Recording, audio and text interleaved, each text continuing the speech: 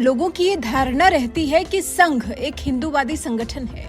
खासतौर पर मुस्लिम समुदाय यही सोचता है कि राष्ट्रीय स्वयंसेवक संघ एक मुस्लिम विरोधी संगठन है, लेकिन वास्तविकता यह है कि संघ जात पात में भेदभाव ही नहीं करता, बल्कि संघ की तो मुस्लिम समुदाय के लिए खास विंग भी है, जिसका नाम मुस्लिम राष्ट्रीय मंच है।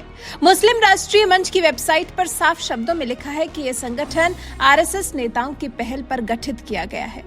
अब जरा सोचिए, आरएसएस नेताओं की पहल पर कोई अलग से विंग गठित की हुई है, उसके बाद भी लोग आरएसएस को एक हिंदूवादी संगठन समझकर कंफ्यूज होते हैं। और ये कंफ्यूजन देश के बड़े बड़े दिग्गजों को भी होती है, जैसे कि टाटा समूह के अध्यक्ष रतन नवल टाटा। जी हाँ, आरएसएस को लेकर, आरएसएस के मायनों को लेकर देश के जाने माने उद्योगपति रतन टाटा भी कंफ्यूज थे।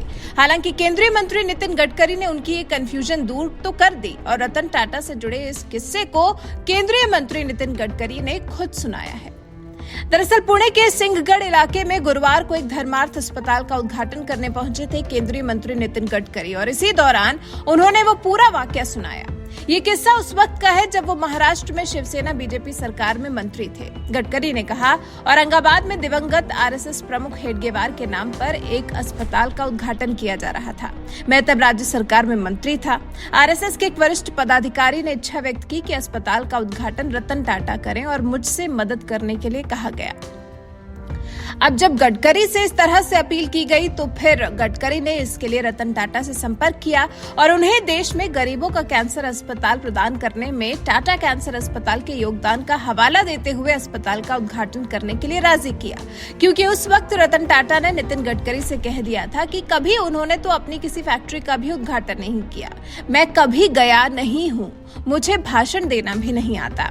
ऐसा कहकर नितिन गडकरी को टालने की कोशिश की थी रतन टाटा ने। तो इस पर नितिन गडकरी को उस वक्त रतन टाटा को उनके कैंसर अस्पताल के योगदान का हवाला देना पड़ा था। उसी कैंसर अस्पताल के जरिए उन्हें मानना पड़ा था। हालांकि उन्होंने उस वक्त हामी भी की और वो अपने प्लेन से पहुंचे भी, लेकिन जब अस्पताल में उद्घाटन करने पहुंचे तो रतन टाटा ने गडकरी से एक सवाल किया। गडकरी कहते हैं, अस्पताल पहुंचने पर टाटा ने पूछा कि क्या ये अस्पताल केवल हिंदू समुदाय के लोगों के लिए है। मैंने उनसे पूछा, आप ऐसा क्यों सोचते हैं? तो उन्होंने तुरंत जवाब दिया कि क्योंकि ये आरएसएस का है। इस पर नितिन गडकरी ने कहा, मैंने उनसे कहा कि अस्पताल सभी समुदायों के लिए है और आरएसएस में ऐसा कुछ धर्म के आधार पर भेदभाव नहीं होता है। इस वाक्य के बाद गडकरी ने रतन टाटा को आरएसएस से जुड़ी बहुत सी बातें बताई थी, जिसके बाद वो बहुत खुश हो गए थे।